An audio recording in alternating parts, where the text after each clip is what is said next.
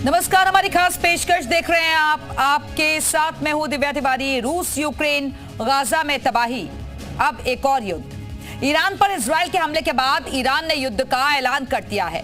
Israel के 200 fighter jets ने Iran के मिलिट्री और न्यूक्लियर अड्डों पर जिस तरह से बमों की बारिश की, उससे ये तय दिख रहा है कि मिडिल ईस्ट में न्यूक्लियर वॉर का ट्रिगर दब गया है। अब आगे मिडिल ईस्ट में मिसाइलों की बरसात दिखनी तय है और जाहिर है जब मिसाइलें गिरेंगी तो ईरान भी तबाह होगा और इजराइल भी, जिसका असर पूरी दुनिया पर होगा।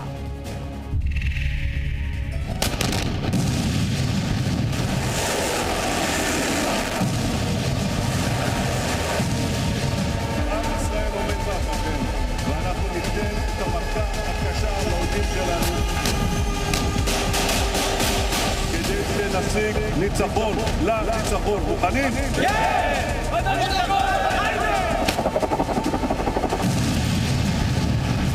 इजराइल के बैलिस्टिक मिसाइलों ने ईरान के शहरों में ऐसी खलबली पैदा कर दी है कि दुनिया थर्ड वर्ल्ड वॉर के मुहाने पर पहुंच गई है।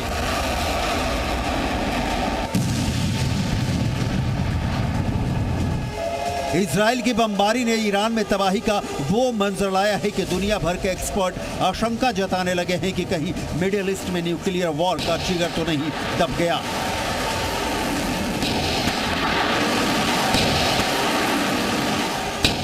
इजराइल ने ईरान के सैन्य ठिकानों और न्यूक्लियर ठिकानों पर शुक्रवार की सुबह 300 हवाई हमले किए। इजराइल ने ईरान के आर्मी चीफ, IRGC चीफ और टॉप न्यूक्लियर वैज्ञानिकों को मार गिराया है। ईरान में भयावह मंजर है, मातम का दौर है। इजरायली हमलों ने ईरान को तोड़ कर रख दिया है। इजरायली सेना का दावा है कि ईरान के पास 15 परमाणु बम बनाने लायक यूरेनियम है। इजरायल ने इसीलिए टारगेट भी 4 बड़े न्यूक्लियर प्लांट्स को किया। वहीं हथियार बनाने की क्षमता रखने वाली एक फैक्ट्री और बड़े मिलिट्री अफसरों के रेसिडेंशियल कॉम्प्लेक्स को भी तबाह कर दिया। ईरान की सरकारी मीडिया की रिपोर्टों के मुताबिक इजराइल ने राजधानी तेहरान और इसके आसपास के सैन्य ठिकानों को निशाना बनाया है। तेहरान ईरान की राजधानी है, सत्ता का केंद्र है। यही ईरान के सर्वोच्च नेता आयतुल्लाह खामनेई का आवास है। दूसरी जगह जहां इजराइल ने हमला किया वो है ईरान का प्रमुख परमाणु साइट नातांज। इसी साइट पर ईरान यूरेनियम संवर्धन का काम कर रहा था, जिससे परमाणु बम बनाया जा सकता है। हमले वाली तीसरी जगह है तेहरान के उत्तर पश्चिम में स्थित तबरीज। तबरीज के न्यूक्लियर रिसर्च सेंटर और 2 सैन्य ठिकानों पर हमले हुए हैं। चौथी जगह जहां इजराइल ने हमला किया है वो है ईरान के दक्षिण में स्थित इस्फहान, ईरान के सैन्य उद्योग का प्रमुख केंद्र। 5वीं जगह है तेहरान के दक्षिण पश्चिम में स्थित अराक। अराक को इंडस्ट्रियल कैपिटल ऑफ ईरान कहा जाता है। छठा शहर जो इजराइल का टारगेट बना वो है तेहरान के पश्चिम में स्थित करमनशाह शहर। यह शहर ईरान के पुराने शान का प्रतीक है। मतलब इजराइल ने ईरान के हर उस ठिकाने को निशाना बनाया है जो ईरान की सत्ता, सैनिक और इकोनॉमी का केंद्र है। Moments ago, Israel launched Operation Rising Lion, a targeted military operation to roll back the Iranian threat to Israel's very survival. This operation will continue for as many days as it takes to remove this threat.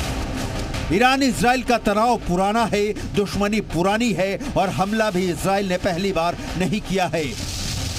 लेकिन इस बार जिस rising lion operation के तहत Israel ने Iran को target किया है, उसने ईरान को इतना जख्म दिया है कि ईरान ने बदले का लाल परचम लहरा दिया है, युद्ध का ऐलान कर दिया है।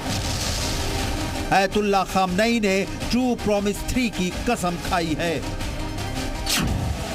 मतलब इजराइल पे ईरान भी टूट पड़ेगा, लेकिन कितनी ताकत के साथ और इजराइल ईरानी हमले से खुद को बचा पाएगा, किस पावर के साथ, इसकी डिटेल आगे दिखाएंगे। अभी ईरान के उन चेहरों को देखिए जिनकी मौत के मातम में पूरा ईरान डूबा है। ईरान के इस्लामिक रिवोल्यूशनरी गार्ड कॉर्प्स के commander major general Hossein Salami, Khatam al Anbiya central headquarters के command major general Gholam Ali Rashid, ईरानी सेना के चीफ जनरल मोहम्मद बाघेरी। इतना ही नहीं, ईरान के 6 न्यूक्लियर साइंटिस्ट इजराइल का टारगेट बने हैं। अब्दुल हमीद मिनो उचहर रिएक्टर डिजाइन और परमाणु ईंधन प्रोडक्शन में माहिर, अहमद रजा जुल्फा घारी सेंट्रीफ्यूज के डिजाइन का एक्सपर्ट सैयद अमीर हुसैन फकही, रिएक्टर सुरक्षा और परमाणु ईंधन चक्र के विशेषज्ञ मोतला बीजादी, मिसाइल और परमाणु प्रौद्योगिकी संयोजन में माहिर मोहम्मद मेहदी तहरिंची, परमाणु रिएक्टरों के थर्मल डिजाइन का मास्टर फेरेदुन अब्बासी, यूरेनियम संवर्धन और परमाणु हथियार अनुसंधान का लीडर। मतलब इजराइल ने ईरान पर मौत की बारिश की है। ईरान ने इस हमले को परमाणु आतंकवाद करार दिया है। इस हमले के लिए इजराइल और अमेरिका को जिम्मेदार ठहराया है। खामनेई ने ईरान की सेना को खुली छूट दे दी है। ईरान ने इजराइल पर पलटवार करने के लिए ऑपरेशन ट्रू प्रॉमिस 3 शुरू किया है। ईरान ने 200 ड्रोन से इजराइल पर जवाबी हमला किया है। ईरान ने पूरे देश में इमरजेंसी घोषित कर दी है। इजराइल में भी ऐसा ही माहौल है।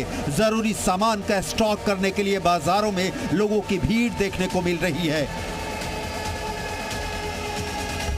इजराइल के इस हमले से ईरान की रक्षा और परमाणु कमान को गहरा झटका लगा है। ईरान के राष्ट्रपति पेजेश्कियन ने इजरायली हमले को लेकर एक खुली चेतावनी दी है। बिल्कुल भी चुप नहीं बैठेंगे। इस बेवकूफी भरे कदम का जवाब ऐसा होगा कि दुश्मन को पछताना पड़ेगा। ईरान ने इरादा ही नहीं जाहिर किया है, इजराइल पर हमला करना शुरू कर दिया है। और जैसा कि इजराइल के प्रेसिडेंट बेन्यामिन नेतन्याहू ने भी क्लियर कर दिया है कि अब वो रुकने वाले नहीं हैं। ऑपरेशन राइजिंग लायन थमने वाला नहीं है। इजराइल ने ईरान पर हमले को राइजिंग लायन ही नाम क्यों दिया है, इसके पीछे का कारण भी दिलचस्प है। ऑपरेशन राइजिंग लायन इजराइल का एक बड़ा और सुनियोजित सैन्य अभियान है, जिसका मकसद ईरान की परमाणु हथियार बनाने की पूरी योजना को जड़ से खत्म करना है। इजराइल का दावा है कि ईरान परमाणु हथियार बना रहा था और यह न सिर्फ इजराइल बल्कि पूरी दुनिया के लिए अस्तित्व संबंधी खतरा बन चुका है।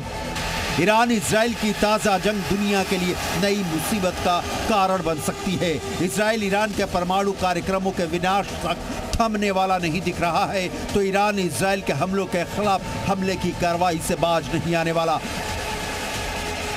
अब सवाल है कि जो दुनिया पहले से ही इजराइल, गाजा, रूस यूक्रेन जंग झेल रही है, वो दुनिया एक नए युद्ध इजराइल ईरान के बीच फंसी तो नतीजा विनाशक होना तय है।